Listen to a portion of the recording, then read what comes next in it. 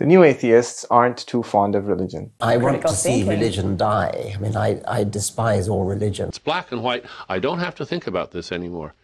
It's just a matter of faith. And we honor that. We say, oh, it's a matter of faith. I think we have to stop honoring people for stopping thinking. I've said, I think that all religions are wrong in the same way, in that they privilege faith over reason. But at the moment, it's very clear to me that the most toxic form that religion takes is the Islamic form. So my rather strident criticism of religion is really a product of very recent events. I mean, in my case, it's September 11th, 2001. The rather obvious liability of religious certainty was made extraordinarily clear on that day. I mean, we were having people flying planes into our buildings for explicitly religious reasons. Richard, Dan, Christopher, and Sam are doing Muslims a favor. Yes, they are doing us a favor. They're doing us a favor because they're giving us the opportunity to show that our religion is based on clear evidence. Our religion is rational. They're also doing us a favor because they're giving us an opportunity to follow and demonstrate the warmth, the gentleness, the genuine concern of our Prophet, God bless him and give him peace. Because people didn't just tell the Prophet that he was a bad person. They didn't just tell him that his religion was bad. They tried to kill him. And when his enemies struck him on his face and he was bleeding, he wiped away the blood from his face and he prayed and he said, "Oh God, forgive my people because they don't know." Strangers came to him and they grabbed him by the collar and they told him he was mean. And he turned around and he gave them a big, generous smile and he gave them gifts. The Prophet didn't see his enemies as his enemies. He saw them as potential friends. And that's why after 2 decades, his victory over his enemies was not the victory on the battlefield. His victory was the victory he won in their hearts. By the end of his mission, virtually every single person who fought him, virtually every single person who was watching on the sidelines, they all loved him and they followed him. You know, when I read the life of the Prophet, God bless him and give him peace, when I read the Quran, what stands out is that the Prophet was the one who was rational and his enemies weren't. And the Prophet was the one who was moral and his enemies weren't.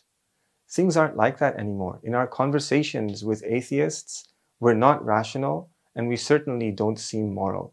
Richard, Dan, Christopher, and Sam, they're asking us to change that. Now I'm going to show you what the new atheists sound like if you listen to them with love in your heart. If you place that love in your heart for them, then you'll find that you no longer feel insulted. You'll find that your aggressiveness disappears. You'll find that you don't want to defeat them or to humiliate them in a public debate. But what you want is to sit down in a private conversation with them as a friend and to listen to them to really understand what they're trying to say.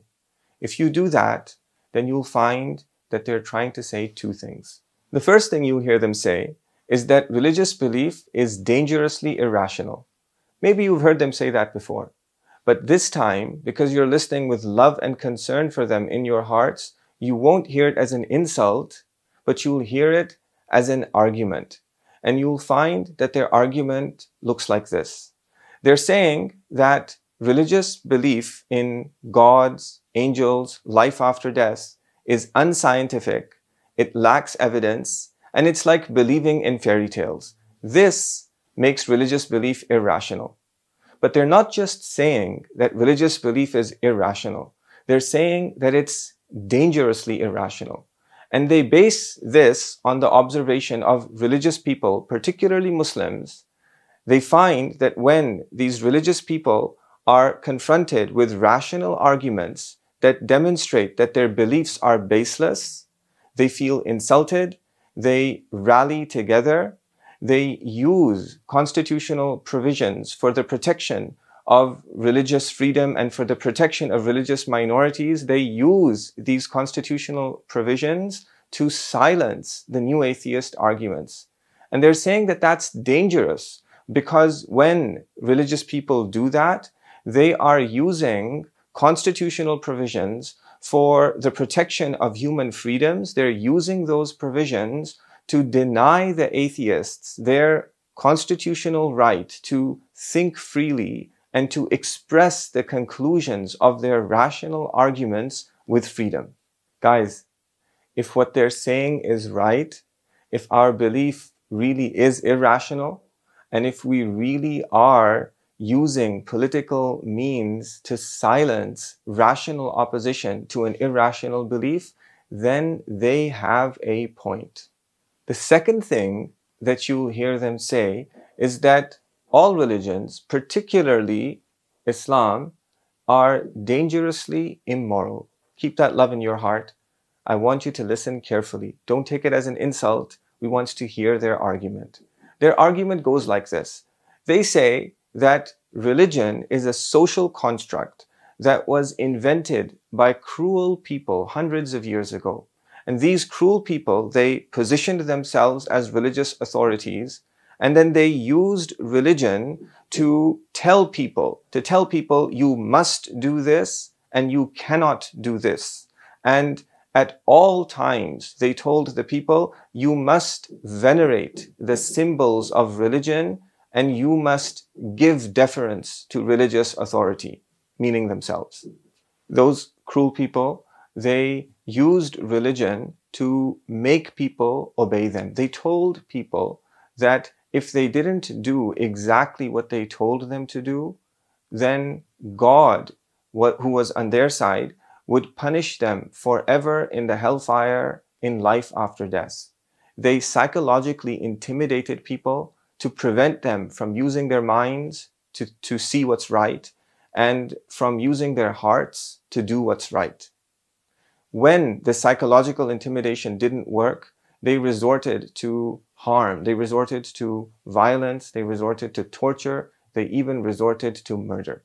Now, historically, many religions and many religious people have done just that.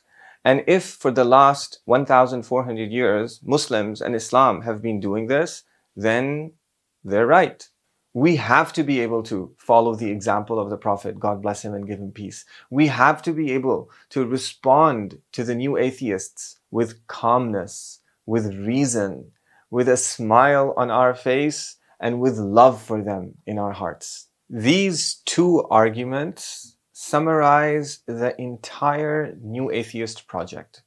It's all about showing through argument that religion is dangerously irrational and that it's dangerously immoral. You now understand their arguments. I think you can see that if you don't engage them rationally, and instead if you feel insulted, if you get angry, aggressive, if you simply label the new atheists as Islamophobes, then you are justifying their arguments. You are showing them that you are incapable of engaging them at a rational level, and you are confirming their fears and suspicions that you want to silence them by intimidation. I'm going to be showing you in the coming episodes how to respond to these arguments by looking at particular offshoots of these arguments. And there are many offshoots. In the next episode, I'm going to tell you why belief in God is not like believing in a fairy tale. Stay tuned.